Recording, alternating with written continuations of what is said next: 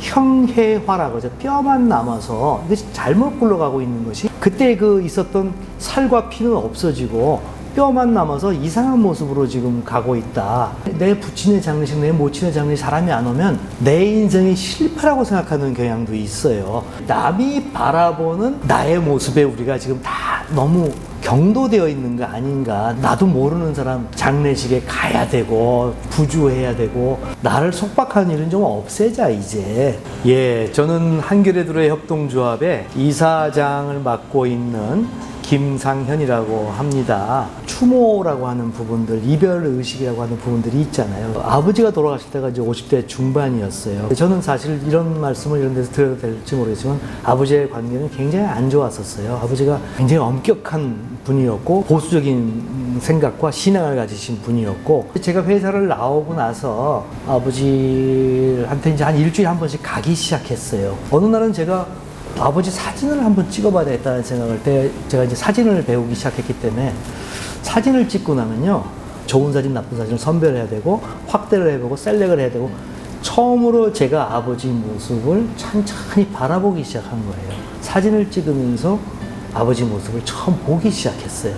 이 사람을 진정한 하나의 그냥 아버지로서가 아니라 인간으로서 한 젊은 시절이 있었던 남자로서 바라보게 되는 거죠. 저는 이것을 지금 와서 이렇게 돌이켜보니까 접객이 아니라 추모 중심의 장르를 하려면 어떤 분의 우리 여명기라고 합니다. 이제 살아서 활동을 하실 때는 사실 그런 게 별로 필요 없어요. 근데 이제 임종기 또는 여명기, 이제 몸도 마음대로 못 움직이는 시기가 옵니다. 그럴 때 장례식만 걱정하고 접객, 조문객을 몇 명 올까라고 하는데 고민할 것이 아니라 내가 아버지와의 그 관계에 대해서 반추하고 해석할 수 있는 그런 시간이 됐던 것이 더 소중했던 것 같아요. 여명기를 정리하는 법은 저희는 이렇게 생각합니다. 저희는 그걸 채비라는 말을 했어요. 채비를 준비를 하는 시기에는 가족이나 좋은 사람들과 화해를 하고 또 움직일 수 있을 때까지 자기가 하고 싶은 일들을 더 해보고 가족과 화해하세요. 기억을 더 만드세요. 기록을 남기세요. 이런 말씀을 드리고 싶어요. 과거에는 그 전에 못했다 하더라도 그때 화해하고 그때 정리했던 내용을 가지고 의식은 간소하나 추모는 깊이 있는 그런 장례를 치르고 그 기억과 기록을 가지고 남은 유족들이 삶을 더 힘내서 살아갈 수 있는 이런 것이 좀 우리가 추구해야 될 개인화되고 파편화된 이 사회에서 우리의 삶이 좀 더 나아질 수 있지 않을까라고 생각을 합니다.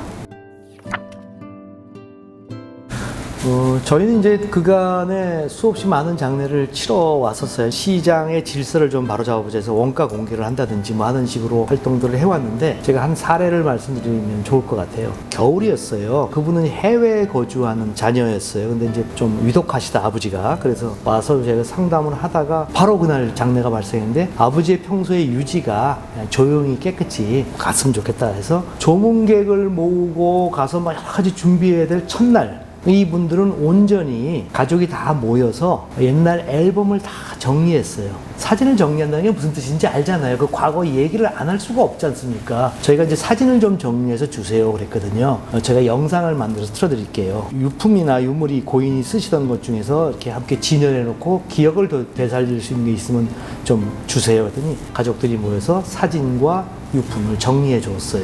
어떤 음악을 좋아하십니까? 그러니까 프랭크 시나트라의 My Way를 저 아버지가 참 좋아했습니다.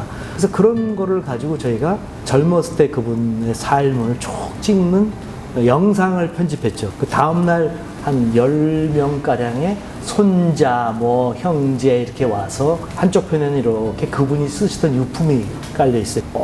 가족들마다 그걸 보면서 이거 맞아 뭐 하면서 얘기가 시작돼요.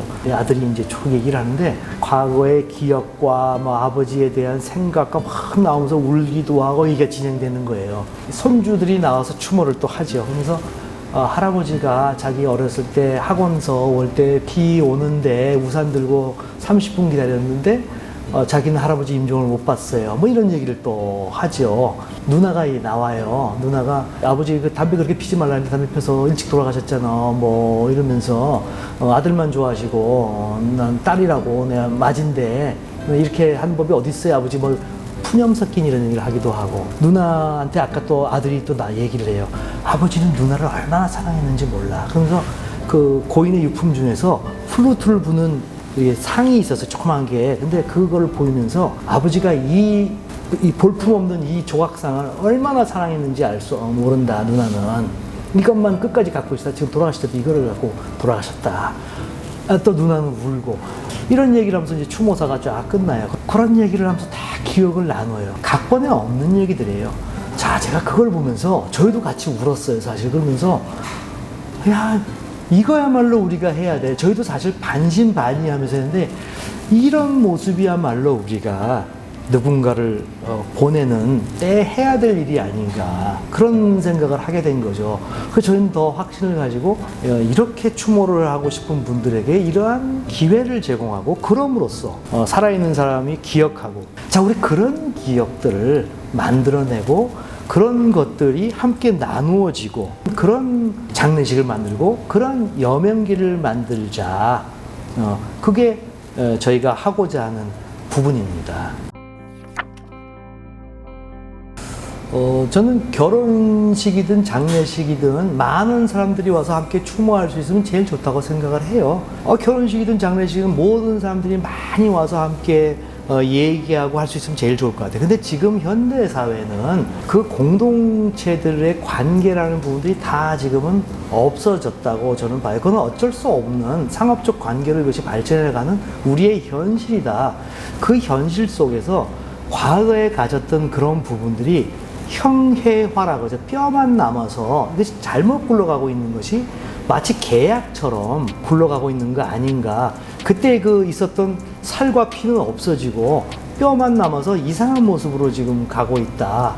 저도 거기서 자유롭지 않은데 손님이 많이 안 오면 어떡하지? 뭐 이런 고민들이 굉장히 많이 되는 거예요. 저도 이제 큰애를 결혼식 시킬 때, 이게 그 또 최소 인원이라는 게 있어요. 돈을 다 내야 되는. 그전에는 뭐 오면 오고 아니면 알지 뭐 또 다 올 거야 뭐 이랬는데, 막상 그날이 닥쳐올수록 가슴은 점점 더 조여와요. 이게 내 부친의 장례식, 내 모친의 장례식 사람이 안 오면 내 인생이 실패라고 생각하는 경향도 있어요. 남이 바라보는 나의 모습에 우리가 지금 다 너무 경도되어 있는 거 아닌가. 다 우리 사진 찍으려고 하는 일이 많잖아요. 결혼식도 그렇고 장례식도 그렇고. 그래서 우리 그런 모습이 있다는 사실은 솔직히 인정을 하지만, 그것 때문에 나도 모르는 사람 장례식에 가야 되고 부주해야 되고, 오늘날 현실에서 나를 속박하는 일은 좀 없애자. 이제 공동체가 무너진 지금 그것이 바람직하든 바람직하지 않든 이제는 개인화될 수밖에 없는 구조를 우리가 피할 수가 없다. 계약관계에 의한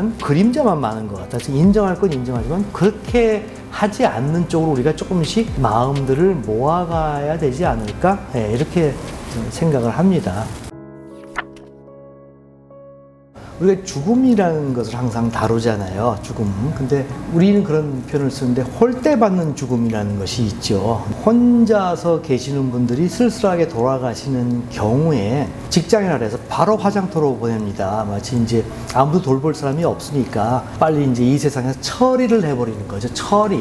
그래서 이렇게 되는 것을 저희가 목도한 이상 그것을 그냥 둘 수는 없다라는 이제 생각들이 처음부터 있었고요. 결연을 해서 마을 장례를 치러드리는 그런 사업을 저희가 시작을 했습니다. 처음에는 화가 났어요.